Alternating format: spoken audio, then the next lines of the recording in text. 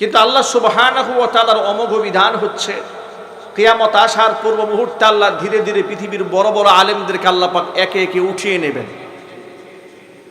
এমনভাবে আল্লাহ সুবহানাহু ওয়া তাআলা জমিন থেকে আসমানে ইলমকে উঠাতে থাকবেন আলেমদের মৃত্যু ঘটাবার মাধ্যমে। হঠাৎ করে মানুষের দিল থেকে আল্লাহ ইলমকে ছিনায় নেবেন না। এটা আল্লাহ পাকের ইলম জমিন থেকে উঠিয়ে নেওয়ার তর্জ নমুনা নয়। আল্লাহ পাক কিয়ামতের আগে আসমান ইলমটাকে এই পৃথিবী থেকে উঠিয়ে নেওয়ার আল্লাহ পাকের একটা নিজাম আছে। সেই নিজাম সম্পর্কে নবী করিম সাল্লাল্লাহু আলাইহি ওয়াসাল্লাম আপন ভাষায় এভাবে বলেছেন। আল্লাহর হাবিব বলেন, ইন্নাল্লাহা লা ইয়ানতাজিউল ইলমা ইনতিজাআন ইয়ানতাজিউহু মিনান নাস ওয়ালাকিন ইয়ানতাজিউল ইলমা বিকবজিল উলামা। হঠাৎ করে মানুষের সিনার ভেতর থেকে ইলমকে আল্লাহ পাক টেনে বের করে নেবেন না, উঠায় নেবেন না। আল্লাহ পাকের এই জমিন থেকে ইলম উঠায় নেওয়ার নিজাম হলো ওয়ালাকিন ইয়ানতাজিউল ইলমা বিকবজিল উলামা। আলেমদের মৃত্যু ঘটাবার মাধ্যমে আল্লাহ পাক জমিন থেকে ইলমকে উঠায় নেবেন। সুবহানাল্লাহ পড়েন, জোরে বলেন না সুবহানাল্লাহ। জমিন থেকে আল্লাহ পাক এভাবে ইলমকে উঠায় নেবেন। হাত্তা ইদা লাম ইয়াবকা আলিমান, এক পর্যায়ে যখন যোগ্য আলেম সমাজে থাকবে না, ইত্তাখাযান নাসু রুআসাআন জুহালা, সমাজের লোকেরা মূর্খদেরকে আলেম মনে করে বসে থাকবে। এরপর কি হবে? ফাসুইলু, ওই মূর্খ তথাকথিত লিবাসধারী ব্যক্তিদের কাছে ফতোয়া চাওয়া হবে। এরপরে ফাআফতাও, তখন তারা ফতোয়া দিয়ে দিবে, যদিও তাদের মধ্যে সেই ফতোয়া দেওয়ার যোগ্যতা নাই, কিন্তু নিজের স্টেজ এবং অবস্থান মানুষের সামনে ঠিক রাখার জন্য মন গড়া ভুলভাল ফতোয়া তারা জাতির সামনে প্রদান করবে। ফাদল্লু, এরপরে নিজেরা গুমরা হবে, ও আদল্লু, গোটা জাতিকে তারা গুমরা বানিয়ে ছাড়বে। আপনারা একটু আওয়াজ দিয়ে বলুন তো, বর্তমানে এমন কিছু লোকের আবির্ভাব ঘটেছে কিনা ইলম না থাকার পরও যারা ফতোয়া দিয়ে বেড়াচ্ছে, এমন লোক সমাজে নাই? জোরে বলতে হবে, এমন লোক সমাজে নাই। কিয়ামতের আলামত। ভাইরা আমার, আল্লাহ সুবহানাহু ওয়া তাআলা আখিরি জামানার মধ্যে আমাদেরকে সতর্কতার সাথে চলার তৌফিক দান করেন। জোরে বলুন আমিন। প্রিয় ভাইরা আমার, কোরআনে কারীম থেকে লম্বা বিশ্লেষণ করার মতো যোগ্যতা আমাদের নাই। আমরা আজকে এখান থেকে কিছু আমলি কথা শুনে যেতে চাই, যে কথাগুলো বাড়িতে নিয়ে গেলে আমাদের কাজে আসবে। অত্যন্ত আফসোস এবং পরিতাপের বিষয় হচ্ছে এই, আজকে বাংলাদেশে ওয়াজের নামে তামাশা হচ্ছে, নাটক হচ্ছে, কৌতুক হচ্ছে, হাসি তামাশা হচ্ছে। কোরআনের মাহফিলটাকে নাট্য মঞ্চ বানানো হচ্ছে। এটা কোরআনে কারীমের সাথে কত বড় বিয়াদবি, কত বড় নাফরমানি, কত বড় গোস্তাখি। কথা বলতে হবে, ঠিক কিনা বলেন? কোরআনে কারীম সামনে রেখে মানুষ যখন হাসি তামাশা করে, এতে কি আল্লাহ পাকের কালামের সাথে বিয়াদবি হয় না? যদি বলুন না, বিয়াদবি হয় না? আল্লাহর নবী সাল্লাল্লাহু আলাইহি সাল্লাম বলেন, লাউ তা'লামুনা মা আ'লাম, আমি নবী যেটা জানি সেটা যদি তোমরা জানতে, লা দাহিকতুম কালিলান ওয়া লা বাকাইতুম কাসীরা, অনেক বেশি কান্না করতে, খুব কম হাসতে, আর বেশি বেশি তোমরা কান্না করতে। আমি নবী যেটা জানি সেটা যদি তোমরা জানতে। আল্লাহর হাবিব সাল্লাল্লাহু আলাইহি ওয়াসাল্লামের একজন সাহাবী, তিনি মানুষদেরকে হাসাচ্ছিলেন। ইন্নাহু কানা দাহিকান মালিহা, তিনি একজন রসিক টাইপের মানুষ ছিলেন।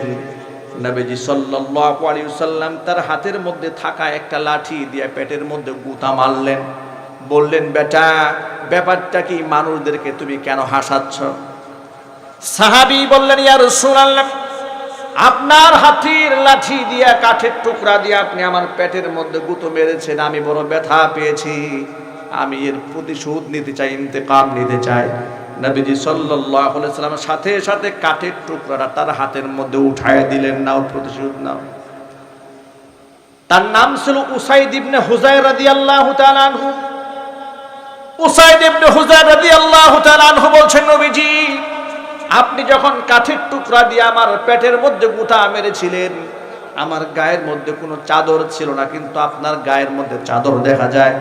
ওই চাদরটা আগে সরান, তারপরে আমি ইন্তেকাম নেব। নবীজি কাল বিলম্ব করলেন না। আপনি শুনে অবাক হয়ে যাবেন যে আল্লাহর হাবিব জীবনে সগীরা কবিরা জাহিরি বাতিনি ইচ্ছায় অনিচ্ছায় কোনো গুনাহ তিনি করেননি। এক বাক্যে জবাব দেয়া বলুন, নবীজি কোনো গুনাহ করেছেন?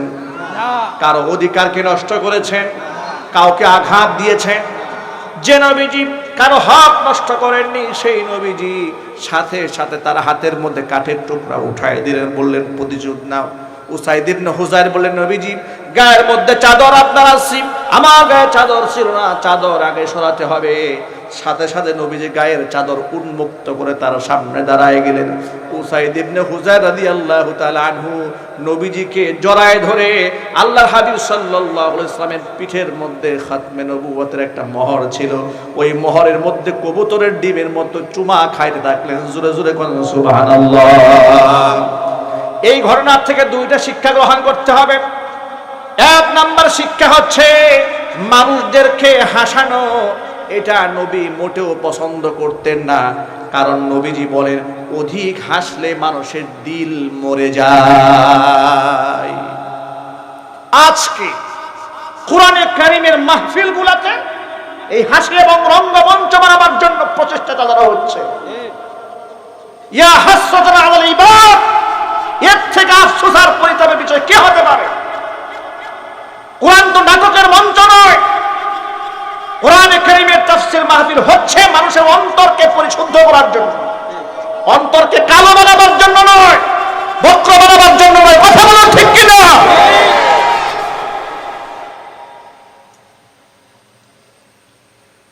কোরআনে কারীমের কোনো আয়াত নাই, আল্লাহ রাসূলের জিন্দেগিতে কোনো শিক্ষা নাই। হাসি তামাশা করে ঘন্টার পর ঘন্টা সময় পার করে দেওয়া হচ্ছে। আল্লাহ যেন এই গজব থেকে যা থেকে বাঁচান, জোরে কোন আমিন। কোরআনে কারীমের রৌনক তো নষ্ট হয়ে যাচ্ছে। এক সময় যারা এখানে বসে কোরআনে কারীমের তাফসীর করতেন, তাদের তাফসীর শুনে মানুষের চোখের পানি আসতো। আর এখনকার কথাকথিত বক্তাদের কথা শুনলে চোখের পানি আসবে দূরের কথা, হাসতে হাসতে মানুষের লুঙ্গি পাজামা নষ্ট হয়ে যায়। নাউযুবিল্লাহি মিন যালিক। সবাই বলেন নাউযুবিল্লাহ। আল্লাহ আমাদের হেদায়েত দান করেন, আমিন। জোরে বলেন না আমিন। আর আমাদের মধ্যেও এমন একটা টেন্ডেন্সি কাজ করে যে এখানে বসে একটু মজাক করতে পারলাম না, বিনোদন পাইলাম না, তো কি ওয়াজ হইল? ওয়াজ ওয়াযাক্কির ফাইন্নায যিকরা তানফাউল মুমিনিন। হে নবী, আপনি মানুষদের উপদেশের কথা শোনান, যে উপদেশের কথা শুনলে মুমিনদের ফায়দা হয়। আজকে দেখুন রমজানুল মুবারক শেষ হয়েছে, আমরা কত বড় নিয়ামত হারিয়েছি। রমজান মাস শেষ হয়েছে, কত বড় নিয়ামত আমাদের কাছে হাতছাড়া হয়েছে। যে রমজানুল মুবারকের একটা নফল ইবাদত অন্য মাসের ফরজ ইবাদতের সমতুল্য। যে রমজানুল মুবারকের একটা ফরজ অন্য মাসের ৭০টা ফরজের সমতুল্য সব হয়ে যায়। কুল্লু আমাল ইবনি আদম ইউদাআফুল হাসানাতু বিআশরি আমসালিহা ইলা ৭০০ যিফিন। ক্বালা আল্লাহু তাআলা ইল্লাস সাওম ফাইন্নাহু লি ওয়া আনা আজজি বিহি ইয়াদাউ তুআমাহু ওয়া শাহওয়াতাহু লিআজলি আস-সাওমু লি ওয়া আনা আজজি বিহি ওয়া ফি রিওয়ায়াতিন ওয়া আনা উজজা বিহি আও কামা ক্বালা আলাইহিস সালাতু ওয়াস সালাম। নবীজি বলেন, রমজানুল মুবারকের প্রত্যেকটা আদম সন্তানের আমল ইখলাসের উপর ভিত্তি করে 10 গুণ থেকে 700 গুণ পর্যন্ত সওয়াব আল্লাহ বৃদ্ধি করে দেন। তবে রোজার বিষয়টা সম্পূর্ণ আলাদা। আমার আল্লাহ পাক বলেন রোজার বিষয়টা আলাদা, কারণ বান্দা রোজা রেখেছে আমি আল্লাহর জন্য। বান্দাকে কিয়ামতের মাঠে আমি আল্লাহ নিজ হাতে বিনিময় প্রদান করব। জোরে জোরে বলেন সুবহানাল্লাহ। রোজা অনেক দামি ইবাদত, অনেক মর্তবার মাস, মর্যাদার মাস। রাসূলের একজন সাহাবীর নাম ছিল আবু উমামা রাদিয়াল্লাহু তাআলা। তিনি আল্লাহ রাসূলকে বললেন, আল্লিমনি ইয়া রাসূলুল্লাহ আমালান আদখুল বিহিল জান্নাহ। ও আল্লাহর হাবিব, আপনি আমাকে এমন একটা আমল শেখান আমি যে আমলের মাধ্যমে জান্নাতে যেতে পারি। হুজুর বললেন, ফা আলাইকা বিস-সাওমি, তাহলে তুমি বেশি বেশি রোজা রাখো। সুবহানাল্লাহ। হযরত আবু উমামা এই কথা শোনার পরে শুধুমাত্র রমজানের ফরজ রোজায় রেখেছেন তা নয়, সারা বছর ভরে তিনি নফল রোজা রাখতেন। নিষিদ্ধ 5 দিন বাদ দিয়ে সারা বছর তিনি নফল রোজা রেখেছেন। যেরকম সুবহানাল্লাহ। সাহাবায়ে কেরাম বলতেন, সারা বছর আবু উমামার বাড়িতে চুলায় আগুন জ্বলতো না। যদি আমরা দূর থেকে দেখতাম আবু উমামার বাড়িতে চুলায় আগুন জ্বলে, আমরা বুঝে নিতাম আবু উমামার বাড়িতে মেহমান এসেছে। এমন একটা মাস আমরা হাতছাড়া করেছি, রমজান মাসে। আচ্ছা, আপনারা এক বাক্যে জবাব দিয়ে বলেন তো, আমাদের নবীজি অনেক আঘাত প্রাপ্ত হয়েছেন, ক্ষতবিক্ষত হয়েছেন, উম্মতকে বদদুয়া করেছেন? জবাবটা কিন্তু সবাই দেন নাই, একটু বলুন না। রাসূল তায়েফে আঘাত প্রাপ্ত হলেন, বদদুয়া করেছেন। হিজরত করলেন, নিজের মাতৃভূমি ছাড়লেন, বদদুয়া করেছিলেন যে আল্লাহ আল্লাহুম্মা লাআন আলা কুরাইশ, আল্লাহ তুমি কুরাইশের উপর লানত পেশ করো, এমন কোন বদদুয়া রাসূল করেছেন? কিন্তু রমজানুল মুবারক পাওয়ার পরেও যে বান্দা গুনাহ মাফ করাতে পারে না, এই নবীজি তাকে অভিশাপ দিয়েছেন। হুজুর বলেন, রমজান পাওয়ার পরে যে বান্দা গুনাহ মাফ করাতে পারে নাই, সেই ব্যক্তি ধ্বংস হয়ে যায়। আমরা আল্লাহর কাছে দোয়া করি, আল্লাহ তুমি আমাদের জিন্দেগিতে বারবার রমজানুল মুবারক উপহার দাও। আমিন বলতে কষ্ট হয় আপনাদের? জোরে বলুন না আমিন। আল্লাহ যেন আমাদের জিন্দেগিতে বারবার লাইলাতুল কদর নসিব করেন। আমরা যেন সে লাইলাতুল কদরের কদর করতে পারি, সেই তৌফিক আল্লাহ আমাদের দান করেন। আমাদের বংশ পরম্পরায় যেন রমজানের সম্মান রক্ষা করতে পারি, সেই তৌফিক আল্লাহ দান করেন। রমজান শেষ হয়েছে, তাই বলে রমজানের শিক্ষা শেষ হয়েছে? যদি বলুন না শিক্ষা শেষ হয়েছে। নিশ্চয়ই আপনাদের জানা আছে, রমজান মাসের শয়তানের হাতে শিকল বাঁধা থাকে, পায়ে শিকল পরা থাকে, ঠিক কি না? নাকি এটা ভুল কথা? হাদিসে আছে না নাই? রমজান মাসে রমজানের সম্মানে সুলসিলাতিশ শায়াতিন, শয়তানের হাত পায়ে শিকল লাগানো থাকে। রমজান শেষ, শাওয়াল শুরু, এবার শিকল খুলে দেওয়া হয়েছে।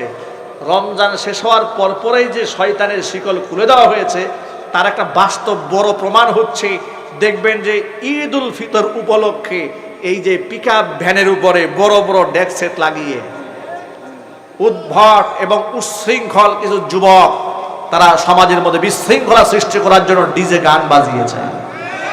কথা বলতে হবে যুবকেরা, ঠিক কিনা? যুবকেরা এই কাজগুলো যারা করছে, তারা এ দেশ, এ সমাজ, এ রাষ্ট্র সবার দুশ্মন, এতে কোনো সন্দেহ নাই। কথা বলেন ঠিক কিনা? তাদের ব্যাপারে অসংখ্য রিপোর্ট রয়েছে। তারা সংঘবদ্ধভাবে থাকে, মেয়েদেরকে দেখলে তারা টিচ করে, ইফটিজিং করে তারা, ঠিক কিনা বলেন?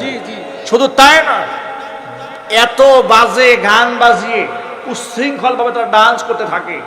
এ সংস্কৃতি না আমাদের বাংলাদেশের বাঙালি সংস্কৃতি, না এটা আমাদের ধর্মীয় সংস্কৃতি, না আমাদের বাপ দাদারা কেউ করেছে, না আমাদের বর্তমান প্রজন্মের সচেতন মানুষ কেউ এটা করে। এটা উচ্ছৃঙ্খল, মদ্যপানকারী, নেশাগ্রস্ত, সমাজের থার্ড ক্লাস শ্রেণীর লোকেরা সমাজের মধ্যে একটা নোংরা ভাইরাস ছড়িয়ে দেওয়ার জন্য ষড়যন্ত্র চালাচ্ছে।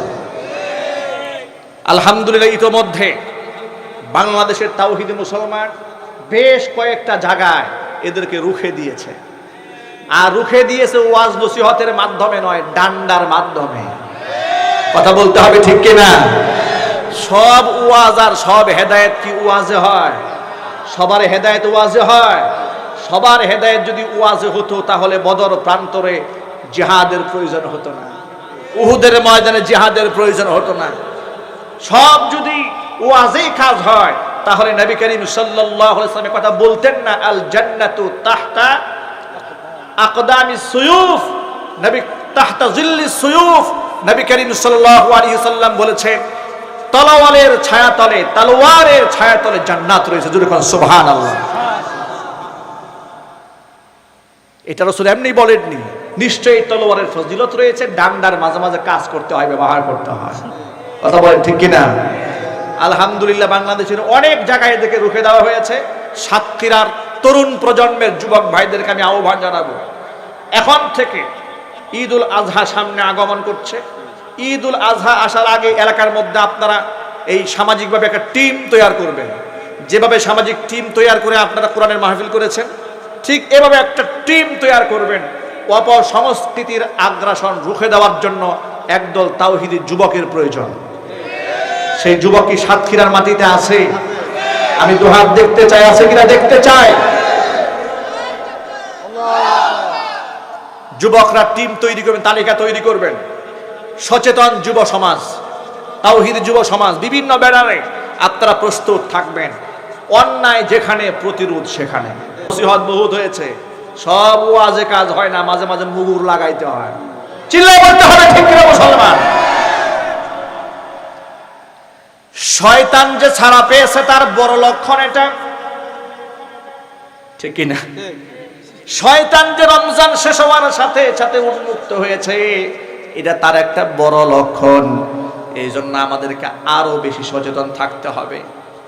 রমজানুল মুবারকের ইবাদত যেন আল্লাহর কাছে কবুল হয়ে যায়, এটা কি আমরা চাই না? জোরে বলেন। আচ্ছা, ইবাদত কবুল হলো কিনা এটা একটা আলামত আছে, আমি কি বলবো? ইবাদত কবুল হওয়ার একটা বড় আলামত হচ্ছে, নবী করিম সাল্লাল্লাহু আলাইহি সাল্লাম বলে দিয়েছেন, আল্লাহর কাছে কোন ইবাদত কবুল হওয়ার অন্যতম আলামত হচ্ছে হুবহু ওই রকম ইবাদত করার তৌফিক আল্লাহর পক্ষ থেকে আবার প্রাপ্ত হওয়া। বান্দা যদি ওই রকম ইবাদত আরো করতে পারে, বোঝা গেল আগের ইবাদতটা কবুল হয়েছে। সুবহানাল্লাহ। দেখুন, মুসলমানের গোটা জিন্দেগিটা ইবাদত। আমরা দুনিয়াতে এসেছি একজনের গোলামি করার জন্য। তিনি কে? তিনি কে? ওয়ামা খালাকাতুল জিন্না ওয়াল ইনসা ইল্লা লিয়াবুদুন। জিন আর ইনসানকে আল্লাহ গোলামির জন্য তৈরি করেছেন। অন্য আয়াতের মধ্যে আল্লাহ পাক বলেন, ওয়ামা উমিরু ইল্লা লিয়াবুদুল্লাহ মুখলিসিনা লাহুদ্দিন। মানুষদেরকে হুকুম করা হয়েছে তারা যেন ইখলাসের সাথে আমি আল্লাহর গোলামি করে। সুতরাং আমাদের গোটা জিন্দেগি আল্লাহর গোলামির মধ্যে কাটাতে চায়। আল্লাহ যেন তৌফিক দান করে, জোরে কোন আমিন। রমজান শেষ হয়েছে, আল্লাহ যেন আবার আমাদের জিন্দেগিতে রমজান উপহার দেন। আল্লাহ পাক যেন বারবার লাইলাতুল কদর উপহার দেন।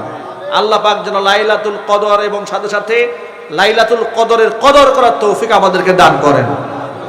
ভাইরা, নবী করিম সাল্লাল্লাহু আলাইহি সাল্লাম বলেছেন, এই শাওয়াল মাসে হুজুর বলেন, মান সামা রমাদান সুম্মা আতবাআহু সিত্তাম মিন শাওয়াল কানা কাসিয়ামিদ দাহরি আও কামা ক্বালা আলাইহিস সালাতু ওয়াস সালাম। এই টপিকগুলো মনে রাখবেন। আমি কয়েকটা টপিকসে আলোচনা শেষ করব ইনশাআল্লাহ। রমজান শেষ হয়েছে, শাওয়াল মাসে আমরা কোরআনের মাহফিলে বসেছি। এই মাসের মর্যাদা নাই? কথা বলেন না ভাই, এই মাসের সম্মান নাই? হজের প্রস্তুতির 3টা মাস। এই 3 মাসের প্রথম মাস হচ্ছে শাওয়াল, এরপরে জিলকাদ, এরপরে জিলহজ। 3 মাস হজের প্রস্তুতি। 3 মাসের প্রথম মাসের মধ্যে আমরা পদার্পণ করেছি। শাওয়াল মাসে কোনো ব্যক্তি যদি 6টি নফল রোজা রাখে, নবী করিম সাল্লাল্লাহু আলাইহি ওয়াসাল্লাম বলেছেন, রমজানের সবগুলি রোজা রাখার পরে যেই ব্যক্তি শাওয়ালের 6টি রোজা রাখবে, সে যেন সারা বছর রোজা রাখলো। এখন আমাদের বাংলাদেশের পরিভাষায় এই 6টি রোজাকে আমি ছোট্টবেলা থেকে মা বোনদের মুখে শুনেছি সাক্ষী রোজা। কি রোজা? এই কথা আপনারা শুনেন নাই মনে হয়? গ্রামগঞ্জে আমাদের মা বোনরা বলেন এটা হচ্ছে সাক্ষী রোজা। তো জানি না যে এটা সাক্ষী রোজা কেন বলে, যে ভাষায় বলুক। আমি শিশুকাল থেকে দেখেছি এই রোজাটা মা বোনরা অত্যন্ত গুরুত্বের সাথে রাখেন, কিন্তু পুরুষরা রাখেন না। ঠিক কিনা বলেন? মহিলারা রোজাটাকে গুরুত্ব দেয়। এখন আপনারাই বলেন, রসুল কি এখানে মহিলা পুরুষকে ভাগ করেছেন? দুভাগ করেছেন, যে মহিলারা শুধু রোজা রাখবে, তারা সারা বছরের সওয়াব পাবে, আর পুরুষ যারা আছে তারা অত্যন্ত ব্যস্ত মানুষ, তাদের এই রোজা রাখার কোনো দরকার নাই। বিষয়টা কি এরকম না? আল্লাহ নবী বলেন, মান সামা রমাদান, যে ব্যক্তি রমজানে রোজা রেখেছে, সুম্মা আতবাহু সিত্তাম মিন শাওয়াল, এরপরে শাওয়ালের 6টি রোজা যেই ব্যক্তি রাখবে, কানা কাসিয়ামিদ দাহরি, সে যেন সারা বছর ভরে নফল রোজা রেখেছে। জোরে কান সুবহানাল্লাহ। এজন্য এই শাওয়ালের 1 নাম্বার সতর্কতা আমাদের জন্য, শয়তানের হাতের শিকল খুলে দেওয়া হয়েছে, আমাদের আরো বেশি সতর্ক থাকতে হবে। 2 নাম্বার, শাওয়ালের 6টি রোজা আমাদের রাখতে হবে। আমরা বলি ইনশাআল্লাহ। আজকের মাহফিল থেকে একটা সবকও যদি নিয়ে যেতে পারি, আজকের মাহফিল সাকসেস। ঠিক কিনা বলেন? আমরা কি শাওয়ালের 6টি রোজা রাখবো ইনশাআল্লাহ? নিয়ত আছে কার কার? আমি হাত দেখতে চাই। যেমন আমার নিয়ত আছে, আলহামদুলিল্লাহ। আল্লাহ তুমি আমার ভাইদেরকে কবুল করো, আল্লাহ আমার মা বোনদেরকে কবুল করো। এই 6টি রোজা আপনি ধারাবাহিকভাবেও রাখতে পারেন, ভেঙে ভেঙে আপনি রাখতে পারেন। মা বোনরা অনেক সময় আমাদের কাছে প্রশ্ন করেন যে হুজুর আমার কিছু ভাঙতি রোজা আছে, তো সেই ক্ষেত্রে আমি কি ভাঙতি রোজাগুলো আগে কাজা করব নাকি শাওয়ালের 6টি রোজা আগে রাখবো? মা বোনদের জ্ঞাতার্থে বলছি, আপনি ভাঙতি রোজাগুলো আগে রেখে পরে আপনি এই 6টি রোজা রাখা, এটা আপনার জন্য উত্তম। তবে যেহেতু শাওয়ালের রোজার একটা লিমিটেশন রয়েছে, মাত্র এই মাসের মধ্যেই রাখতে হবে, কিন্তু আপনি ভাঙতি রোজা সারা বছর ভরেই রাখতে পারেন।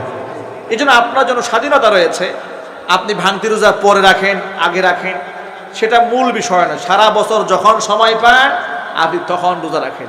বুখারী মুসলিমের হাদিসের মধ্যে এসছে, মা আয়েশা রাদিয়াল্লাহু তাআলা আনহা বলেছেন, নবী করিম সাল্লাল্লাহু আলাইহি ওয়াসাল্লামের জামানায় আমাদের যখন ভাঙতি রোজা হতো, সেই রোজা পরবর্তী শাবান মাস আসার আগ পর্যন্ত এই রোজা আমি রাখার সময়ই পেতাম না। সুবহানাল্লাহ বলেন। এই হাদিস দ্বারা প্রমাণ হয়ে যায় ভাঙতি রোজা সারা বছর ধরে রাখা যায়, এতে কোনো অসুবিধা নেই। এজন্য আজকের ওয়াজ মাহফিলের দ্বিতীয় প্রতিপাদ্য বিষয় হচ্ছে আমরা এই শাওয়াল মাসের 6টি রোজা রাখবো। আমরা বলি ইনশাআল্লাহ। হাদিস থেকে আরেকটি শিক্ষা গ্রহণ করেন, শাওয়াল মাসের অন্যতম আরেকটি সুন্নাহ হচ্ছে শাওয়াল মাসের বিবাহ সম্পাদন করা। উম্মুল মুমিনিন মা আয়েশা সিদ্দিকা রাদিয়াল্লাহু তাআলা আনহা বলেছেন, এই শাওয়াল মাসেই আমার বিবাহ হয়েছে এবং জুমার দিন মসজিদে নববীতে ভরপুর মুসল্লিদের সামনে হয়েছে। যুবকেরা, অসংখ্য যুবকেরা এসেছেন। যুবকরা বিবাহ করেন না এখনো? হাত তুলেন কারা কারা দেখি। অবিবাহিত যুবক কারা? মাশাআল্লাহ, আলহামদুলিল্লাহ, হাত নামান। আপনাদের জন্য এটা হচ্ছে গোল্ডেন মোমেন্ট। ঠিক কিনা বলেন? আচ্ছা, এখানে বিবাহ করার আগ্রহ কি নাই আপনাদের, নাকি চিরকুমার থাকার ধান্দা আছে? আপনাদের মনে রাখা উচিত, বাংলাদেশের চিরকুমার ফেডারেশনের সভাপতি তিনি কিন্তু তার মিশনকে লঙ্ঘন করেছেন। তিনি কে? রেল মন্ত্রী। ঠিক না? উনি কিন্তু চিরকুমার ফেডারেশনের সভাপতি ছিলেন। বিবাহ করেন নাই, বুড়ো হয়ে গিয়েছেন, বুড়ো বয়সে বিবাহ করেছেন। আলহামদুলিল্লাহ, বগিটা মজবুত, সবই মজবুত, বাচ্চা কয়েকটা হয়ে গেছে। আল্লাহ নেক হায়াত দারাজ করেন, জোরে বলেন আমিন। আচ্ছা যুবকেরা, এই শাওয়াল মাসের গুরুত্বপূর্ণ একটা সুন্নাহ, সেটা হচ্ছে বিবাহ করা। বিবাহের নামে আমাদের বাংলাদেশে আমরা ইদানিং দিন যত অ্যাডভান্স হচ্ছে, আমরা দেখতে পাচ্ছি অপসংস্কৃতির আগ্রাসনে আমাদের সমাজ ছেয়ে যাচ্ছে। ঠিক কিনা? বিবাহ শাদী উপলক্ষে আমাদের বাংলাদেশে কালচার তৈরি হয়েছে, মেয়েকে সুন্দর করে সাজিয়ে গুছিয়ে আপনার কমিউনিটি সেন্টারে, পার্টি সেন্টারে বসিয়ে রাখা হয় মূর্তির মতো করে।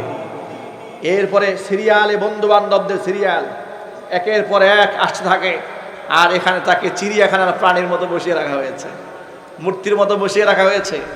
বন্ধু যাচ্ছে, বান্ধবীরা যাচ্ছে, রিক্সাওয়ালা যাচ্ছে, কুলি মজুর ঠেলাওয়ালা যাচ্ছে, শিল্পপতি যাচ্ছে, মদখোর যাচ্ছে, জেনাকার যাচ্ছে, লম্পট যাচ্ছে, সব যাচ্ছে, আর তার বোর্ড দিয়ে খুব রহমতের দৃষ্টিতে তাকাচ্ছে। নাকি না গজবের দৃষ্টি? কথা বলে না। কিসের দৃষ্টি? গজবের দৃষ্টি। এই কালচারগুলো বন্ধ করতে হবে। মনে রাখতে হবে, শুধুমাত্র বাইতুল্লাহ গিয়া হজ করলে আল্লাহ মাফ করবে না। ওয়াজ মাহফিলে 50,000 টাকা দিয়েছেন আর হুজুর বলেছেন মারহাবা, জান্নাত কামাই ফেলছেন, এত সহজ নয়। আল্লাহর নবী সাল্লাল্লাহু আলাইহি ওয়াসাল্লাম স্পষ্ট বলে দিয়েছেন, সালাসাতুন কদ হারামাল্লাহু আলাইহিমুল জান্নাহ, 3 শ্রেণীর মানুষের জন্য জান্নাত হারাম। কয় শ্রেণী? আরো জোরে বলেন। এখন আপনারা বলেন নবীজি কি মিথ্যা কথা বলেন? ওয়াদা খেলাফ করেন? আল্লাহ নবী বলেন 3 শ্রেণীর মানুষের জন্য জান্নাত হারাম। 1 নাম্বার হচ্ছে মুদমিনুল খামরি, যারা মদ্যপান করে তাদের জন্য জান্নাত হারাম। 2 নাম্বার হচ্ছে ওয়াল আকু, পিতা মাতার অবাধ্য সন্তান যারা, তাদের জন্য জান্নাত হারাম। আর 3 নাম্বার হচ্ছে ওয়াদাইয়ুসুল্লাযী ইউকিররু ফি আহলিহিল খাবাসা, ওই দাইয়ুস পুরুষ, যে পুরুষ তার অধীনস্থ নারীদেরকে বেপরদায় চালায়। আছে না নাই? আমাদের দেশের সিস্টেমটা কি জানেন?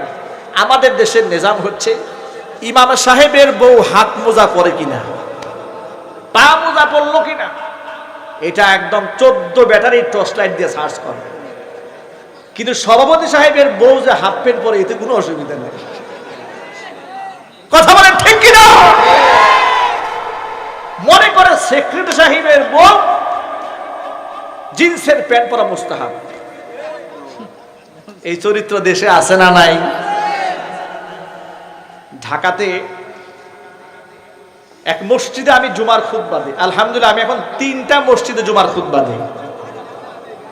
আগে দিতাম এক মসজিদে, এখন মাসে 3টা মসজিদে, এক মসজিদে 2 খুতবা আর 2 মসজিদে 2 খুতবা।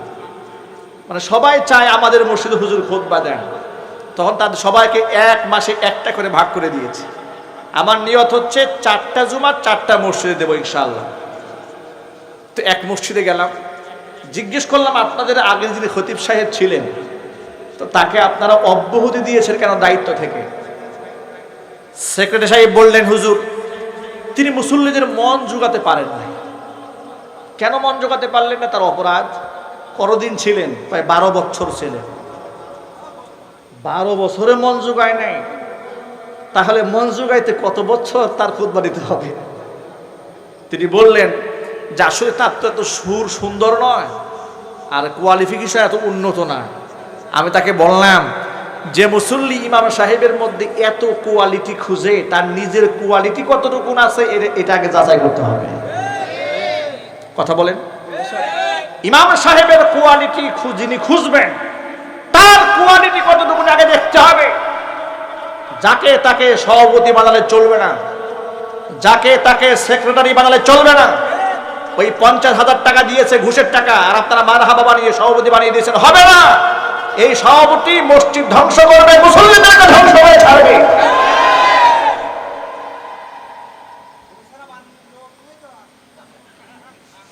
লোক তৈরি করতে হবে, ঠিক কিনা বলেন? দাঁড়িয়ে যেতে হবে। দেখুন না, ওই যে ঢোল বাজনাওয়ালারা বের হয়েছে, কয়েকটা মুসল্লি লাঠি নিয়ে দাঁড়াইছে, ওরা যে এতগুলা মানুষ শব্দ উড়ে বানাইছে। আপনি রুখে দাঁড়ান, আপনার পেছনে শত সহস্র ইমানদার যুবক দাঁড়িয়ে যাবে। কথা বলতে হবে, ঠিক কিনা যুবকরা? পারবে কিনা? ইনশাআল্লাহ। আল্লাহ কবুল করে, জোরে করে আমিন। আমি তাকে বললাম, ইমাম সাহেবকে এত কোয়ালিটি দেখেন, তার কণ্ঠ সুন্দর কিনা, চেহারা সুন্দর কিনা, তিলাওয়াত সুন্দর কিনা, হাফেজ কোরআন কিনা, মুফতি কিনা, মুহাদ্দিস কিনা, ভাষা সুন্দর কিনা, উপস্থাপনা সুন্দর কিনা, এত ভালো যাচাই বাছাই যিনি করেন, খোঁজ খবর নিয়ে দেখেন তিনি নিজেও পায়খানা করে পানিও নেয় না। ইমাম সাহেবের ভুল ধরেন, নিজের কিন্তু কোনো কোয়ালিটি নেই, বলে ইমাম সাহেবকে মানায় নাই। ইমাম সাহেব মানায় নাই, তুমি যে সভাপতি তোমাকে মানাইছে, তুমি যে সেক্রেটারি তোমাকে মানিয়েছে, তুমি যে ক্যাশিয়ার তোমাকে মানিয়েছে, তুমি তো এখনো পর্যন্ত সুদের ব্যবসা করো। চিল্লা বলো ঠিক কিনা?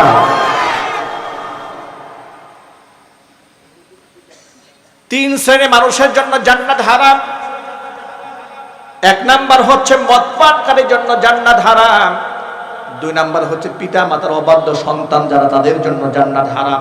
অনেক যুবকরা এখানে এসেছেন, যুবকরা আজকে মাহফিল থেকে ওয়াদা করেন জীবনে কোনোদিন মদ্যপান তো দূরের কথা, মদের বোতল টাচ পর্যন্ত করব না। ওয়াদা করা যাবে?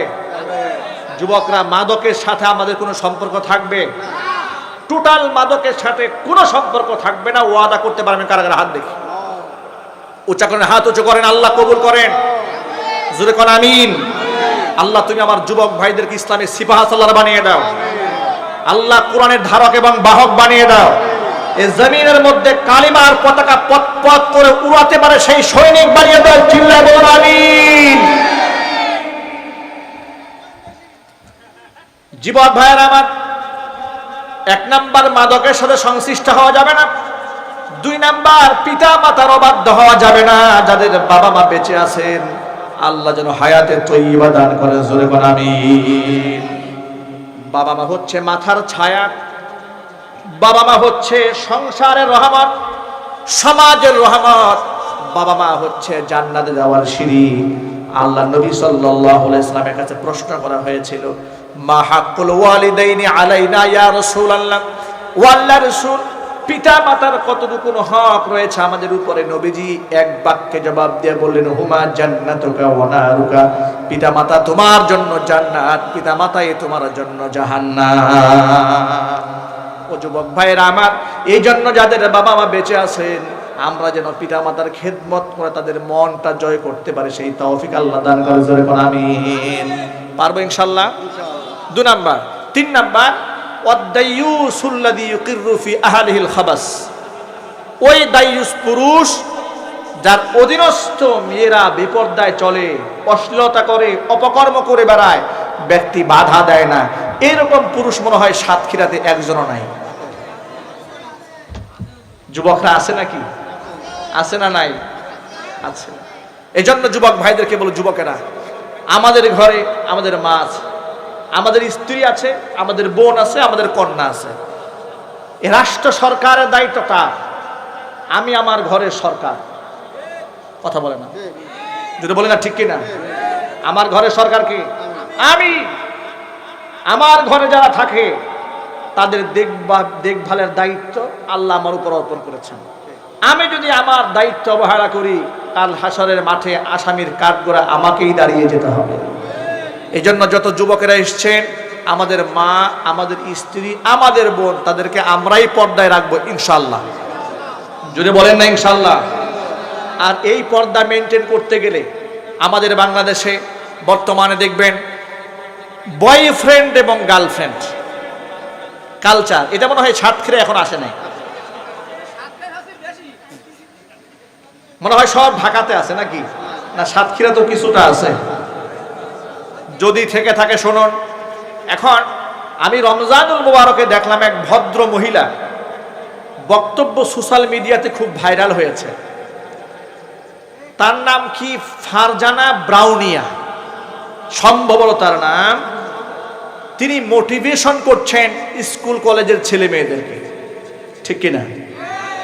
অসংখ্য ছেলে মেয়ে উঠতি বয়সে, তাদের সামনে খোলামেলা অনেক সেন্সিটিভ বিষয় নিয়ে কথা বলছে।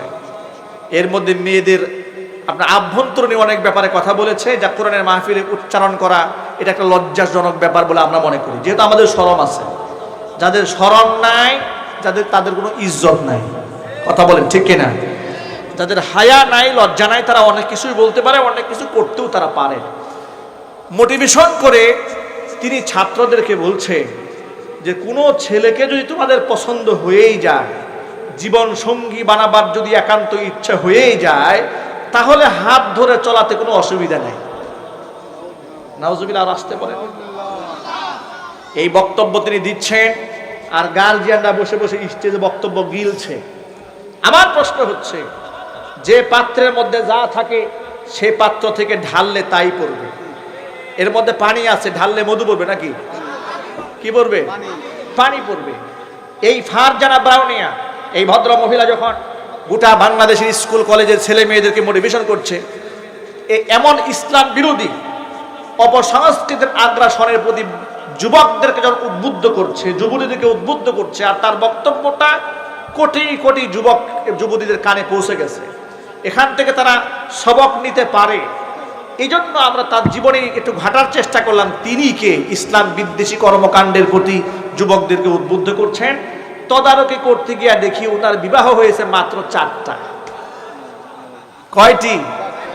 এটা হচ্ছে ঘোষিত, অঘোষিত করে তারা, এটা আমাদের জানা নেই। শুধুমাত্র লিস্টের স্বামী চেঞ্জ করেছে 4টা, যার চরিত্রের ব্যক্তিগত চরিত্র এত জঘন্য, এমন দুশ্চরিত্র লম্পট নারী কোনদিন মুসলিম মা বোন কিংবা যুবক যুবতীদের আইডল হতে পারে না। চিল্লাই বলুন ঠিক কিনা? আজকে এই অপসংস্কৃতির আগ্রাসন গোটা সমাজের মধ্যে ভরে ফেলা হচ্ছে, সয়লাব করে দেওয়া হচ্ছে। আমি আমার সকল যুবক ভাইদেরকে বলছি, মা বোনদেরকে বলছি, মায়েরা বোনেরা সাবধান হয়ে যান। নবীজি বলেছেন 3 শ্রেণীর মানুষের জন্য জান্নাত হারাম। তাদের মধ্যে 3 নাম্বার হচ্ছে ওই পুরুষ যেই পুরুষ তার অধীনস্থ নারীদেরকে বেহায়াপনা করার সুযোগ করে দেয়, পর্দায় রাখে না। আমার মেয়েটা উঠতি বয়সের যুবতী মেয়ে, তরুণী কিশোরী হয়েছে, দায়িত্ব আমার তাকে পর্দাপোশিতার মধ্যে রাখা। এই দায়িত্ব যদি আমরা অবহেলা করি তাহলে সমাজের মধ্যে জিনা ব্যভিচার বড়পা হয়ে যাবে, যারা সন্তান পয়দা হয়ে যাবে। আবার এই মহিলাটি, ভদ্র মহিলাটি যুবক যুবতীদেরকে বোঝাচ্ছেন, মেয়েদেরকে বোঝাচ্ছে 18 বছর হওয়ার আগে তোমরা কেউ বিবাহে রাজি হবা না। আমার ভাইয়েরা, একদিক থেকে তিনি সবক শোনাচ্ছেন 18 বছরের আগে তোমরা বিবাহতে কেউ রাজি হবে না, আবার আরেক দিক থেকে বোঝাচ্ছে বিবাহ করার আগ্রহ থাকলে হাত ধরে ঘোরাতে কোনো অসুবিধা নাই। নাউজুবিল্লাহ, আর আসতে করেন, আর জোরে বলুন না নাউজুবিল্লাহি মিন যালিক। যুবকেরা, এই মাসটা কি মাস? সবাই বলেন না কি মাস? বিবাহের মাস। কিসের মাস? বিবাহের মাস। শাওয়াল মাসে বিবাহ করা সুন্নাত, এবং সেটা মসজিদের মধ্যে করা সুন্নাত, জুমার দিনে করা সুন্নাত, খেজুর ছিটিয়ে বিবাহ করা সুন্নাত। জোরে করে সুবহানাল্লাহ। যুবকেরা, বিবাহ করতে রাজি আছেন তো ইনশাআল্লাহ? নবীজি কি বলেন শোনেন। আল্লাহ নবী বলেন, ইয়া মাশারাশ শাবাব মান ইসতাতা মিনকুমুল বাআতা ফালিয়াতাযাওয়াজ ফাইন্নাহু আগাদ্দু লিল বাসরি ওয়া আহসানু লিল ফারাজ। ও যুবকেরা, তোমাদের যাদের সামর্থ্য আছে স্ত্রীর ভরণ পোষণ দেওয়ার, যাদের সামর্থ্য আছে স্ত্রীর মহারণা দেওয়ার, কথা বুঝতে হবে। সবাই কিন্তু বিবাহ করলে হবে না। মহারণা না দিয়া যৌতুক নেওয়ার ধান্দা করে এমন যুবক মনে হয় সাতক্ষীরার একটাও নাই। বেশি কিছু চায় না, একটা মোটর সাইকেল চায় মাত্র, ঠিক কিনা? কি বলে জানেন? কি বলে শোনেন। ছেলের বাবা মেয়ের বাবাকে বলে, মেয়ের বাবাকে বলে, দেখুন আমাদের কোনো চাওয়া পাওয়ার কিছু নাই, আমাদের কোনো চাওয়া পাওয়ার কিচ্ছু নাই, আপনার মেয়ের সুখের জন্যই তো, ঠিক কিনা বলেন? আপনার মেয়ে খাটের মধ্যে একটু শুবে, ভালো একটা খাট যদি হয়, চাওয়া পাওয়ার কিচ্ছু নাই। যদি একটা জাজিম হইতো আরো সুন্দর হইতো। তো চাওয়া পাওয়ার কিছু নাই। ছেলেটা সরকারি চাকরি করে, অফিসে যেতে কষ্ট হয়, একটা বাইক হলে খারাপ হতো না, আপনার মেয়ের কাছেই তো আসতো। তবে চাওয়া পাওয়ার কিচ্ছু নাই। এই মুখোশধারী শয়তান এদেশে আছে না নাই? জোরে বলতে হবে, আছে না নাই? যুবক ভাইদেরকে বলবো, যুবকেরা যারা রাস্তা করে, যারা ভিক্ষা করে খায়, তাদের সম্মান আছে, যৌতুক যারা নেয় আল্লাহর কাছে তাদের কোনো সম্মান নেই। কথা বলতে হবে, ঠিক কিনা? আপনার শ্বশুর হাদিয়া স্বরূপ যদি আপনাকে কিছু দেয় সেটা ভিন্ন জিনিস, ঠিক কিনা? কিন্তু আপনি ধান্দা করতে পারবেন না। এই কথাগুলি কি সমস্ত যুবকদের মনে থাকবে? কার কার মনে থাকবে? হাত দেখতে চাই। কার কার মনে থাকবে কথাগুলো? মাশাআল্লাহ, যারা বিবাহ করছে তাদেরও মনে থাকবে, হাত নামা। মানে ভবিষ্যতে তাদের ছেলে মেয়েদের বিবাহ করাবেন, ঠিক কিনা? আল্লাহ কবুল করে, জোরে বলুন আমিন। এখন আমি যে কথা বলতে চেয়েছিলাম সেটা হচ্ছে এই, যে আমাদের বাংলাদেশে বিবাহের মধ্যে বউকে সাজিয়ে গুছিয়ে রাখার যে ট্রেডিশন চালু হয়েছে, এটা বন্ধ করতে হবে। গায়ে হলুদের কালচার সাতক্ষীরাতে আছে কিনা আমি জানি না, বন্ধ করতে হবে। শয়তানি, চিল্লায় বলুন ঠিক কিনা? ঢোল তবলা বাজানো, নারেঙ্গি সারেঙ্গি, শিল্পীদের কিনে ডিজে পার্টি করা বিবাহের অনুষ্ঠানে, এই বিবাহ আপনার বন্ধ করতে হবে। টোটালি মুসলিম সমাজ থেকে অমুসলিম এবং শিরকি কালচার সব বাদ দিতে হবে। চিল্লায় বলুন ঠিক কিনা? আল্লাহ নবী বলেন, মান তাশাব্বাহা বিকাওমিন ফাহুয়া মিনহুম, পৃথিবীতে যে ব্যক্তি যে কাস্ট কালচারকে ফলো করবে, যার অনুসরণ করবে, সে তাদেরই দলভুক্ত হয়ে যাবে। কিয়ামতের মাঠে তার সাথে তার হাসর নসিব হয়ে যাবে। যে ব্যক্তি আল্লাহর নবীর সুন্নাতকে ফলো করবে, নবীজির সাথে তার হাসর হবে, জান্নাত হবে। আর যে ব্যক্তি মুশরিকদের কালচার ফলো করবে, মুশরিকদের সাথে তার জাহান্নামের আগুনে পড়তে হবে। জোরে জোরে বলেন নাউজুবিল্লাহ। এই হচ্ছে শাওয়াল মাসের দ্বিতীয় নাম্বার সুন্নাত আমল। কি করা? জোরে বলেন সবাই। বিবাহ করা। জোরে বলেন না কি করা? অনেক গার্জিয়ানরা আছেন, ছেলে মেয়ে উপযুক্ত হলে সহজে বিবাহ করাতে চান না, যদিও সাতক্ষীরাতে এই শয়তানি নাই। কি বলে শোনেন, আগে নিজের পায়ে ভালো করে দাঁড়া, ক্যারিয়ার গড়ো, ক্যারিয়ার গড়তে গড়তে ক্যারেক্টারের 12টা বাজাও। আছে না নাই? আল্লাহ তুমি আমাদের মাফ করো। আল্লাহর নবী বলেছেন 3টা কাজে বিলম্ব নাই। কয়টি কাজে? সবাই বলেন না। হুজুর বলেন 3 কাজে বিলম্ব নাই। নামাজের সময় হয়েছে, নামাজ পড়ে ফেলো। মানুষ মারা গিয়েছে, জানাজা দাফন কাফন করতে বিলম্ব করো না। 2 নাম্বার। 3 নাম্বার, ছেলে মেয়ের উপযুক্ত হয়েছে বিবাহের, কাল বিলম্ব করো না। সৎ পাত্র সৎ পাত্রী যদি পেয়ে যাও, বিবাহ করায় দাও। জোরে জোরে করেন সুবহানাল্লাহ। শাওয়াল মাসের এটা অত্যন্ত গুরুত্বপূর্ণ ইবাদত। আল্লাহ তুমি আমাদেরকে আমল করার তৌফিক দান করো। প্রিয় ভাইরা, গোটা দেশ জাতি আমরা গুনাহে নিমজ্জিত। আমি বিভিন্ন তাফসীর মাহফিলে যাওয়ার সময় ভাবি যে আজকে কোন বিষয়ে আমরা কথা বলবো। ডানে বামে সামনে পেছনে তাকাই দেখি গুনাহের সমুদ্রে আমরা ডুবে আছি। কথা বলতে হবে, ঠিক কিনা? আমি সর্বশেষ ছোট্ট কয়েকটা পয়েন্ট আপনাদের সামনে তুলে ধরে আলোচনা শেষ দিকে নিয়ে যাব ইনশাআল্লাহ। এই পয়েন্টগুলো একটা একটা করে মনে রাখবেন। নিশ্চয়ই এই পৃথিবীতে মানুষ ভালো করলে তার বিনিময় পাবে, আবার খারাপ কাজ করলেও তার প্রায়শ্চিত্ত তাকে ভোগ করতে হবে। কোনো সন্দেহ আছে? যদি বলেন সন্দেহ আছে? যারা পরিমাণ ভালো কাজ করলে কিয়ামতে আল্লাহ পাক বিনিময় দিবেন, এই বিশ্বাস আমাদের নাই। আবার খারাপ কাজ করলে তার প্রায়শ্চিত্ত ভোগ করতে হবে, এই বিশ্বাস আমাদের নাই। আছে। আপনারা বলুন তো, পৃথিবীর সকল পাপিষ্ঠ ব্যক্তিদের সাজা কি আল্লাহ দুনিয়াতেই দিয়ে দেয়? আবার সমস্ত ইমানদারদের বিনিময় কি আল্লাহ দুনিয়াতে দান করেন? অনেক ভালো ভালো ইমানদার ব্যক্তি আছেন, বিপদের কোনো শেষ নাই। জেল, জরিমানা, এরপরে তার পেরেশানি, ব্যবসায় ক্ষতিগ্রস্ত, সন্তান দিয়ে অশান্তি, স্ত্রী দিয়ে অশান্তি। আছে না নাই?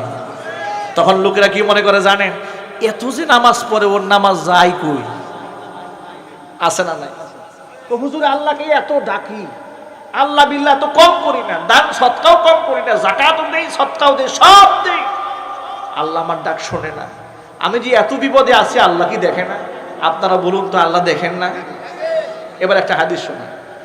আল্লাহর হাবিব সাল্লাল্লাহু আলাইহি সাল্লাম বলেছেন, আল্লাহ রাব্বুল আলামিন যখন কোন বান্দার কল্যাণ চান, ইদা আরাদা বিআবদিহিল খায়রা, যখন কোন বান্দার কল্যাণ আল্লাহ চান, ফাআজ্জালা লাহুল উকুবাতা ফিদ দুনিয়া, দুনিয়াতে পাপের কিছু প্রায়শ্চিত্ত আল্লাহ দুনিয়াতে কষ্টের মাধ্যম দিয়া তাকে পবিত্র বানায় দেন, যাতে করে কিয়ামতে তার আর কষ্ট পেতে না হয়।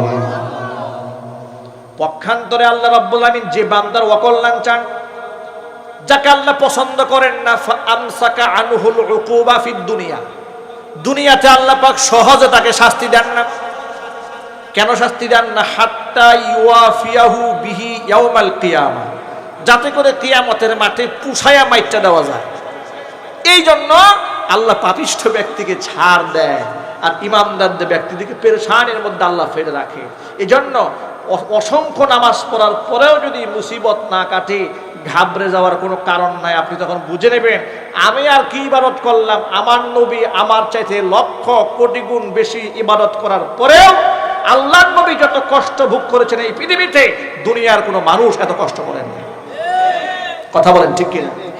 নবীজি বলেন, দিন প্রচারে আমি রাসূলকে যত কষ্ট দেওয়া হয়েছে, এই পৃথিবীতে কোন নবীকে আল্লাহ এত কষ্ট দেন নাই। এত কষ্ট ইসলামের জন্য আমি সহ্য করেছি। সুতরাং ভাইরা আমার রাসূল যদি ইসলামের জন্য এত কষ্ট ভোগ করতে পারেন, সাহাবায়ে কেরাম যদি ভোগ করতে পারেন, ইসলামের জন্য আমাদের জীবনে একটু কষ্ট আসলে কোনো অসুবিধা আছে? যদি বলুন না অসুবিধা আছে। এটা হাসি মুখে বরণ করে নিতে হবে, এরপরেও বাতিলের সাথে আপোষ করা যাবে না। যদি বলতে হবে ঠিক কিনা? অনেক যুবককে আমি কথা বলতে শুনেছি, যুবক মুখে দাড়ি কামায় ফেলছে। আমি দেখেছি যুবকের মুখে দাড়ি নাই। জিজ্ঞেস করলাম, যুবক তোমার মুখে দাড়ি নাই কেন? বলে, হুজুর দিনকাল ভালো না, দাড়ি রাখলে নানান টেনশন, নানান রকমের কথা শুনতে হয়, বিভিন্ন জঙ্গি সংগঠনের সাথে জড়িয়ে আছি বলে অপবাদ দেওয়া হয়, এই জন্য দাড়ি কামায় ফেলছে। আপনারা বলেন, দুনিয়ার সামান্য কুফার মুনাফিকদের কটু কথা বরদাস্ত করতে না পেরে যে ব্যক্তি দাড়ি কামায় ফেলে, সেই ব্যক্তি প্রকৃত মুসলমান? আরো জোরে বলতে হবে, সে কি প্রকৃত আশিক রাসূল হতে পেরেছে? আর সাহাবায়ে কেরাম কি ছিলেন? আগুনের পৃষ্ঠে দাঁড়িয়ে আছে, টুকরা টুকরা করা হচ্ছে, হাত কেটে ফেলা হয়েছে, ডান হাত কেটে ফেলা হয়েছে, বাম হাত কেটে ফেলা হয়েছে। খুবাইব রাদিয়াল্লাহু তাআলা আনহুকে মারা হচ্ছে, প্রস্তাব দিয়েছে তোমাকে ছেড়ে দেওয়া হবে, তোমার পরিবর্তে মুহাম্মদ সাল্লাল্লাহু আলাইহি ওয়াসাল্লামকে প্রেরণ হবে, তুমি রাজি আছো? জবাব দিয়ে বললেন, কাফেররা শোনো। এতক্ষণ পর্যন্ত কোনো কথা বলে নাই। যখন বলেছে তোমাকে ছেড়ে দিয়া তোমার পরিবর্তে মুহাম্মদ সাল্লাল্লাহু আলাইহি ওয়াসাল্লামকে বেঁধে প্রেরণ হবে, তিনি বলছেন সাবধান, আমার পরিবর্তে আমার নবীকে বেঁধে পিটানো হবে দূরের কথা, আমি জিন্দা থাকবো আর তোদের নাপাক হাত দিয়ে আমার নবীর গায়ে একটা ফুলের টুকা তোরা দিবি, এটা আমি জিন্দা থাকতে বরদাস্ত করতে পারবো না। জোরে জোরে বলেন সুবহানাল্লাহ। ও যুবক ভাইরা আমার, ইমানের পরীক্ষায় উত্তীর্ণ হতে হবে। সামান্য ত্রুটি আর সামান্য মানুষের কথার আঘাতে সুন্নাত ছেড়ে দেওয়া যাবে না, ফরজ বাদ দেওয়া যাবে না। আল্লাহর দ্বীনের উপরে, ইসলামের উপরে জীবন বাজি রেখে অটল থাকতে হবে। আল্লাহ যেন কবুল করে, জোরে কর আমিন। মাঝে মাঝে আল্লাহ সুবহানাহু ওয়া তাআলা একটু সাজা দান করেন আমাদেরকে ক্ষমা করার জন্য, শুধরাবার জন্য, যাতে করে আমরা আল্লাহমুখী হতে পারি। কিন্তু পৃথিবীতে এমন কিছু পাপ আছে যে পাপের সাজা বান্দা দুনিয়া থেকেই ভোগ করতে শুরু করে দেয়। জোরে কর নাউজুবিল্লাহ। এই পাপগুলোর মধ্যে একটা বড় ধরনের পাপ হচ্ছে ওয়াদা খেলাফ করা। কি খেলাফ করা? ওয়াদা খেলাফ যদি করে, নবী করিম সাল্লাল্লাহু আলাইহি ওয়াসাল্লাম বলেছেন, যেই ব্যক্তি ওয়াদা খেলাফ করবে, যে জাতি ওয়াদা খেলাফ করবে, শত্রু পক্ষকে তার উপর আল্লাহ চাপায় দেবে। কথাটা মনে থাকবে। সাহাবায়ে কেরামের মধ্যে একজন জিজ্ঞেস করেন, আল্লাহ রাসূল, ছোটখাটো ব্যাপারে একটু ওয়াদা খেলাফ করলেও কি আমাদের শাস্তির সম্মুখীন হতে হবে? হুজুর বলেন, খবরদার, গাছের একটা কাঁচা ডাল, আচ্ছা আপনারা বলেন তো, এখান থেকে আম গাছের ডালের একটা কুনা ভাঙলেন, এখানে যদি বলেন যে এটা বিক্রি হবে, কেউ কিনবে? জোরে বলেন না। কারো কাছে কোনো মূল্য আছে? সম্পূর্ণ মূল্যহীন একটা জিনিস। হুজুর বলেন, একটা কাঁচা ডালের ব্যাপারেও যদি কেউ ওয়াদা খেলাফ করে, তাকেও এই শাস্তির সম্মুখীন হতে হবে দুনিয়াতে, শাস্তির সম্মুখীন হতে হবে আখিরাতে। আল্লাহু আকবার বলেন। আর সেই ওয়াদা, আহারে মুসলমানদের ওয়াদা, আমাদের জবানের কোনো দাম আছে? বর্তমানে জবানের কোনো দাম আছে? জবানের কোনো দাম নাই। স্ট্যাম্পে সই হয়, সেটাও বলে এটা অস্বীকার করেছে।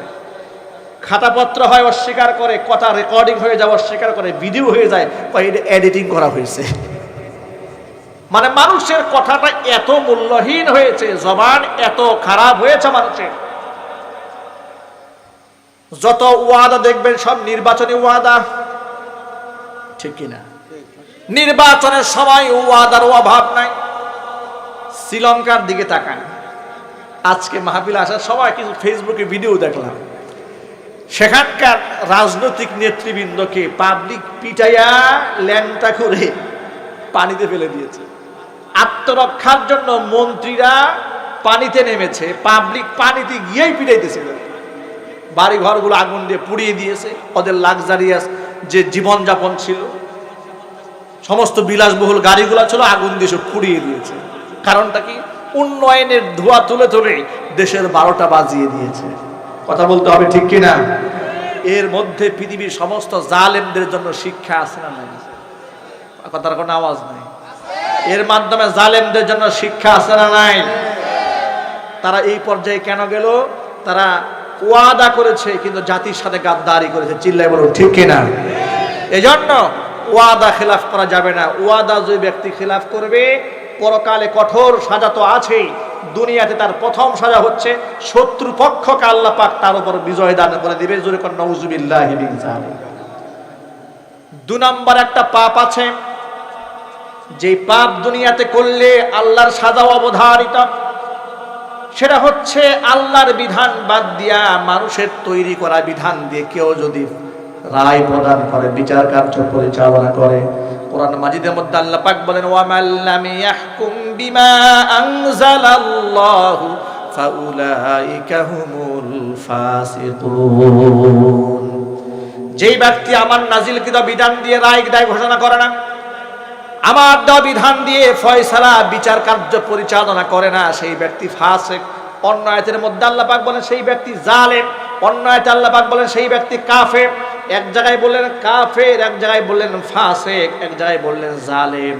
আল্লাহর নবী বলেন কেউ যদি আল্লাহর বিধান বাদ দিয়া অন্য বিধানে ফয়সালা করে, ওই ব্যক্তির কোনো সিজদা আল্লাহর দরবারে কবুল হয় না। এই পাপের সাজা কি? এই পাপের সাজা হচ্ছে যে অঞ্চলে আল্লাহ সুবহানাহু ওয়া তাআলার বিধান বাদে অন্য বিধান পরিচালিত থাকবে, দারিদ্রতা সেই সমাজের উপর আল্লাহ সুবহানাহু ওয়া তাআলা চাপাই দিবেন। জোরে কোন নাউজুবিল্লাহি মিন যালিক।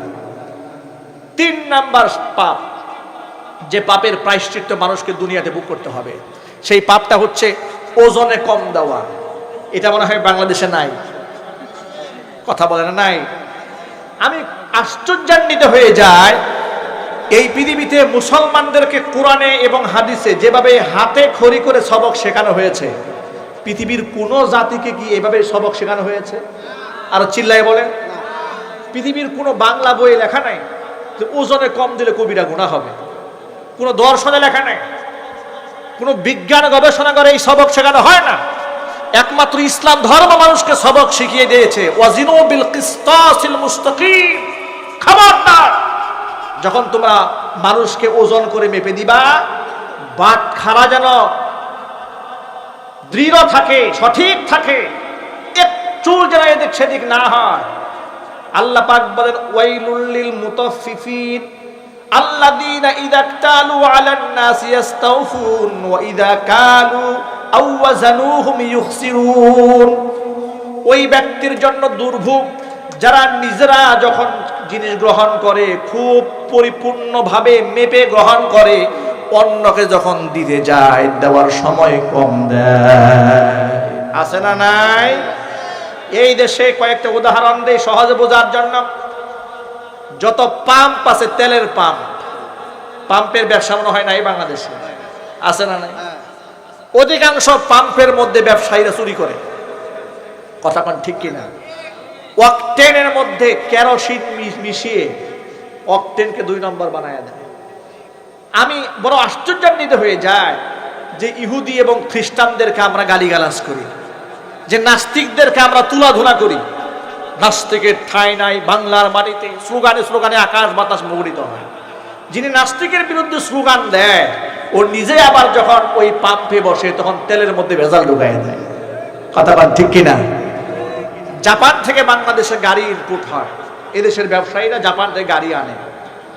গাড়ি আনতে গেলে অকশন শীট দেওয়া জাপান থেকে, কোন গ্রেটের গাড়ি কোন অবস্থায় ছিল, রিকন্ডিশন গাড়িগুলো বাংলাদেশে আসে। বাংলাদেশের ব্যবসায়ীরা বলে, হুজুর জাপান থেকে অকশন শীট যারা তৈরি করে জাপানের, এতটা অনেস্ট, এতটা বিশ্বস্ত, এতটা সত্যবাদী, নামাজ নাই রোজা নাই আল্লাহ পরকালের চিন্তা নাই, কিন্তু মুখে জবানে কাজে এতটা সততা, এতটা নিষ্ঠা যা আপনি ঘুষ দিয়েও একে 2 নম্বরে লিখাতে পারবেন না। ওরা কিন্তু নামাজ পড়ে না, আল্লাহকে বিশ্বাস করে না, কিন্তু আমল আদর্শের জায়গাটা এখানে দখল করে ফেলেছে। পক্ষান্তরে সেই সুন্দর জায়গা থেকে ইমানদার মুসল্লির হাতে যখন বাংলাদেশের পুটে এসে গাড়িটা পড়ে, হাদি সাহেবের মাথা তখন নষ্ট হয়ে যায়, কথা বলতে হবে ঠিক কিনা? তখন এই গাড়ির হুইল আরেক গাড়িতে, এই গাড়ির আপনার মনিটর আরেক গাড়িতে, এই গাড়ির মাল সামানা আরেক গাড়িতে, বদলায় বদলায় 2 নম্বরই করে গোটা দেশের মধ্যে একটা দুর্নীতির আখড়া বানায় বসে থাকে। এমন বাস্তবতা এই সমাজে আছে না নাই? সবাই কিন্তু এক নয়, ইমানদারও আছে, কিন্তু ভেজালের সংখ্যা কম না বেশি? ভেজালের সংখ্যা বেশি। আমি 2 দিন আগে আমার ফেসবুকে একটা স্ট্যাটাস দিয়েছিলাম আফসোস করে, যে আমাদের বাংলাদেশের ব্যবসায়ীরা যদি জানতে পারে যে দুদিন পরে কিয়ামত হবে, তাদের কানে যদি আওয়াজ যায়, তাহলে তারা তাসবিহ আর জায়নামাজের দামটা আজকেই বাড়ায় দেবে। কথা বলেন ঠিক কিনা? এমন একটা অবস্থা। শুনেছে ইউক্রেন আর রাশিয়ায় মারামারি লেগেছে, বাংলাদেশে তেলের কোনো অভাব নাই, গুদামজাতের অভাব নাই।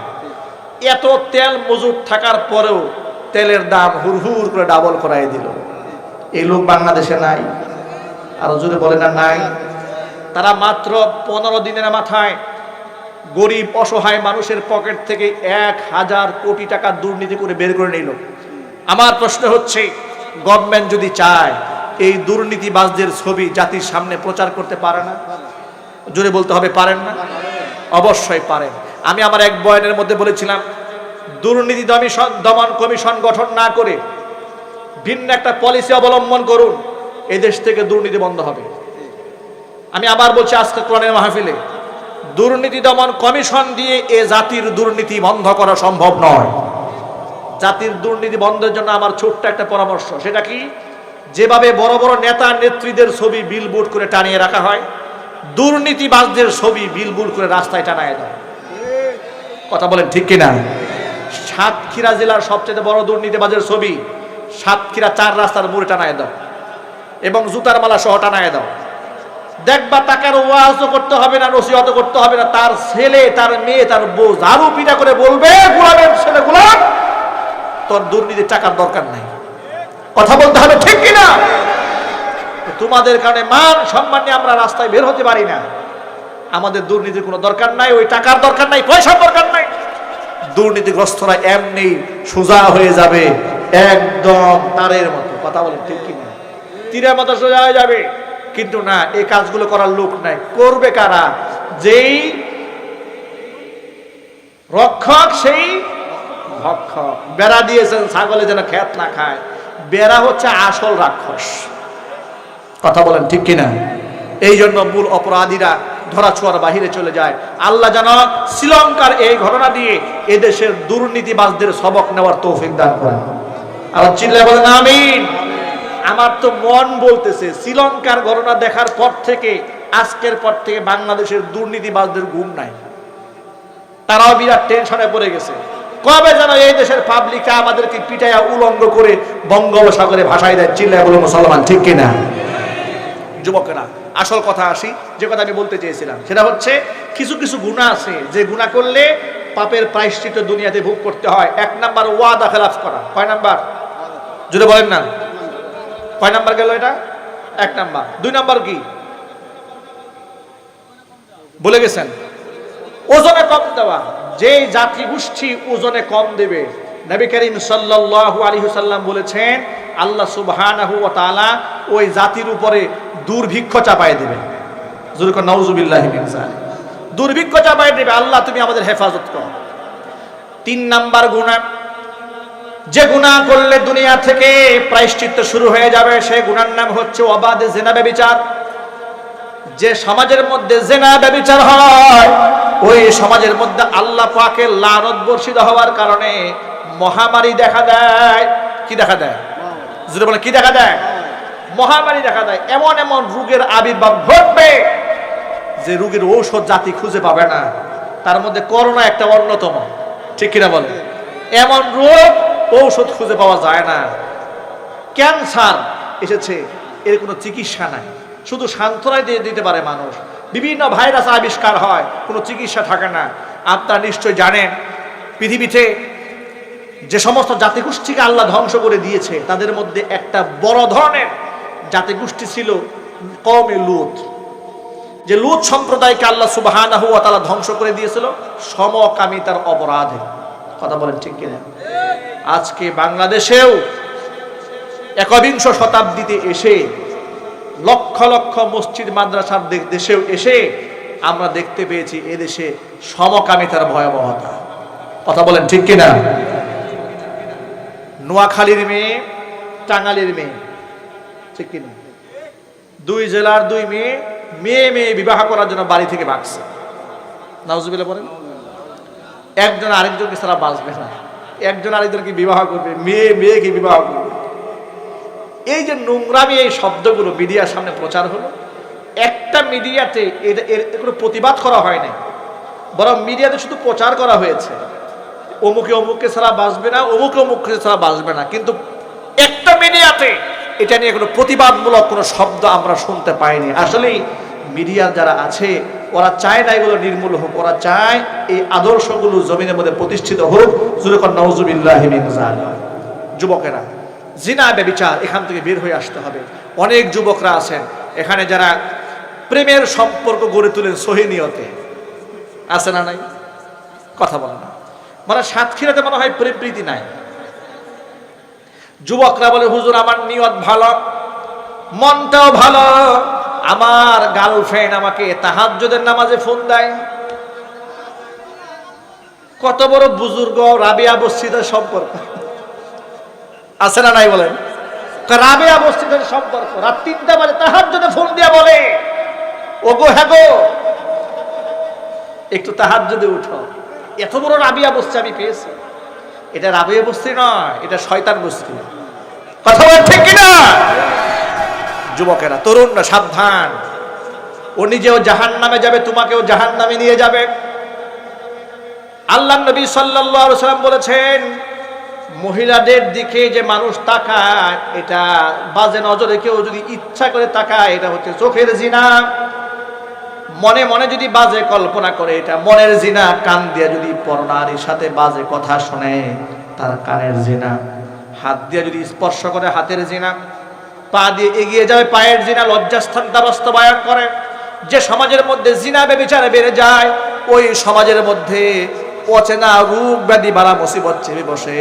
আল্লাহ সুবহানাহু ওয়া তাআলা আযাব থেকে, গজব থেকে দেশ এবং জাতিকে হেফাজত করেন। সকলে জোরে কোন আমিন।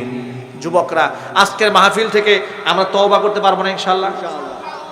কোনো হারাম রিলেশন, কোনো বাজে রিলেশন, কোনো অনৈতিক সম্পর্ক কোনো নারী পুরুষের সাথে থাকতে পারে না। তারা কি বলে জানেন? তারা গান বানিয়েছে, প্রেম স্বর্গ থেকে আসে স্বর্গে চলে যায়। প্রেম নাকি স্বর্গ থেকে আসছে, মানে জান্নাত থেকে এসেছে। আপনারা বলেন অবৈধ যে প্রেম সম্পর্ক এটা কি জান্নাত থেকে এসছে না জাহান্নাম থেকে আসছে? জাহান্নাম থেকে এসেছে।